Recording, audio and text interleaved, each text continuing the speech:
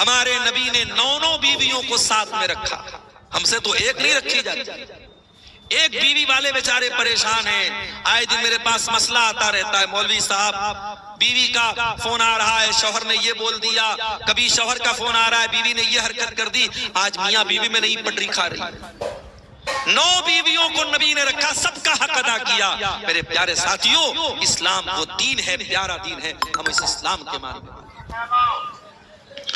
اسی لیے اللہ قرآن میں کہہ رہا ہے جب جمعہ کی نماز ختم ہو جائے تو زمین میں پھیل جاؤ، وَابْتَغُوا مِن فَضْلِ اللَّهِ، اور اللہ تعالیٰ کے فضل و کرم کو تلاش کرو۔ اس کی آتا رہتا ہے، مولوی صاحب بیوی کا فون آ رہا ہے، شوہر نے یہ بول دیا، کبھی شوہر کا فون آ رہا ہے، بیوی نے یہ حرکت کر دی، آج میاں بیوی میں نہیں پٹری کھا رہی۔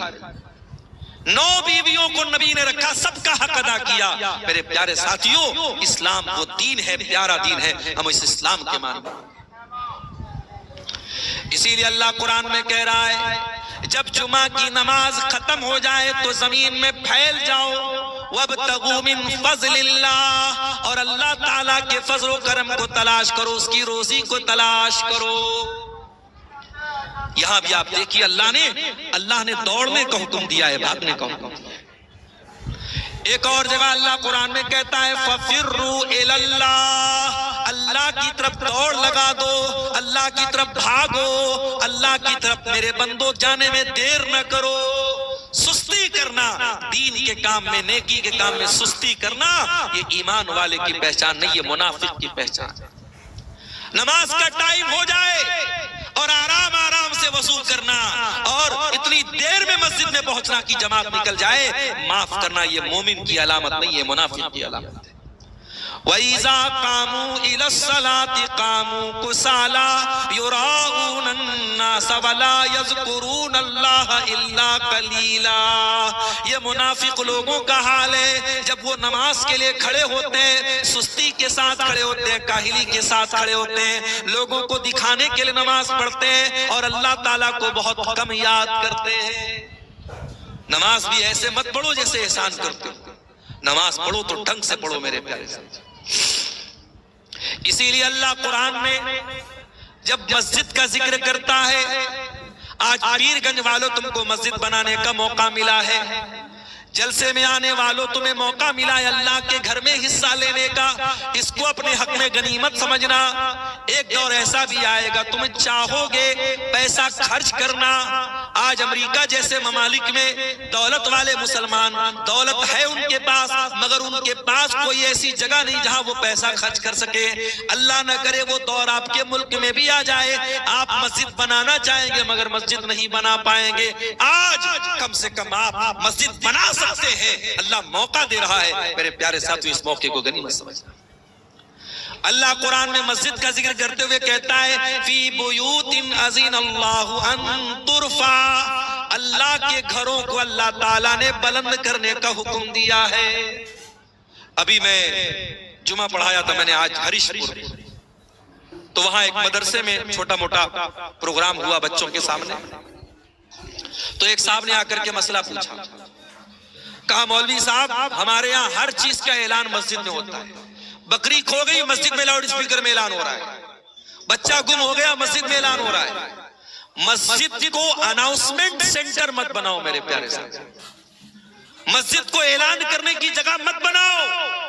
نبی نے بددعا کی ہے کہ اگر کوئی آ کر کے مسجد میں اعلان کرتا ہے میرا سامان کھو گیا، اللہ کے نبی نے فرمایا اس کا سامان نہ ملے جو مسجد میں آ کے اعلان کرتا ہے۔ مسجد اللہ کے ذکر کی جگہ ہے، اس کو کاروبار کی جگہ، اس کو اعلان کی جگہ مت بناؤ میرے پیارے ساتھ۔ اللہ کہہ رہا ہے فی بیوت اذن اللہ ان ترفع، مسجد وہ گھر ہے اللہ تعالیٰ کا جس کو اللہ نے بلند کرنے کا حکم دیا ہے۔ بلند کا مطلب یہ نہیں کہ مسجد کی ہائٹ اونچی ہونی چاہیے، بلند کا مطلب یہ ہے مسجد میں کوئی ایسا کام نہ کیا جائے جو مسجد کی شان کے خلاف ہے۔ ارے کچا پیاز اور کچا لہسن کھا کر کے بھی مسجد میں آنے سے منع کیا گیا ہے۔ اللہ کے نبی نے فرمایا من اکلا من هذه الشجرہ، جو لہسن کھائے، کچا پیاز کھائے، جو کچا لہسن کھائے، جو گندنا کھائے، وہ کھا کر کے مسجد میں نہ آئے۔ بنارس میں رمضان میں افطار جب لوگ کرتے ہیں تو چنا کی گھگنی کھاتے ہیں، تو چنا کی گھگنی میں کبھی کبھی اوپر سے پیاز بھی ڈالی جاتی ہے. تو یہ مسئلہ آیا ایک مرتبہ, تو میں نے باقاعدہ خطبہ جمعہ میں بیان کیا کہ اگر آپ مغرب کی نماز پڑھنے مسجد میں آ رہے ہیں اور چنا کی گھگنی کھا کے آ رہے ہیں, اوپر سے کچا پیاز ڈالا ہوا ہے, تو اچھے طریقے سے کلی کر کے آئیے, کیونکہ کچا پیاز کھا کر کے آنے سے اللہ کے نبی نے منع کیا. اور غور کرو, جب کچا پیاز کھا کر کے مسجد میں آنا منع ہے, تو بیڑی پینے والا, سگریٹ پینے والا, گٹکھا کھانے والا اور گل منجن کرنے والا جس کے منہ سے اس چیز کی مہک آتی ہے, سمجھو وہ کتنی تکلیف پہنچاتا ہے. اللہ کے نبی نے فرمایا کہ کچے پیاز اور کچے لہسن کی مہک سے فرشتوں کو تکلیف ہوتی ہے.